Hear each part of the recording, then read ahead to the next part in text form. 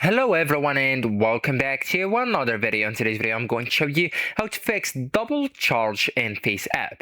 So if you were charged twice in the FaceApp, it's almost always an App Store billing situation, not FaceApp directly charging you twice. So actually guys, first you will need just to check if it's actually a duplicate charge. So to do that you will need just to go with your settings or your device settings right here, tap in, and here you will need just tap on your name or your phone's name at the top, and then just go with the media and purchases option. So if you can't say that option right here, you can just look for it. So it's that option, media and purchases, tap it, and here you will need to go with a view account. Okay, so just tap on view account and then here where you can find your purchase history. So you will need to look carefully for the same amount, the same date that's a possible duplicate. Okay, I'm talking about the both payments, right?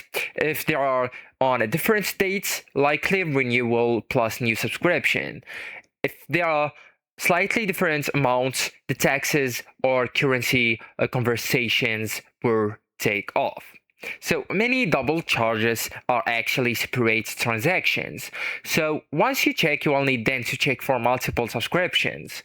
So you might have accidentally subscribed twice. So you will need to go with or to go back from here and then just look for the subscriptions option here. And now you will need to look for two FaceApp subscriptions and different plans like monthly and yearly, and cancel the extra one immediately. So actually guys, that's it. This is the end of the video. Thank you so much for watching and goodbye.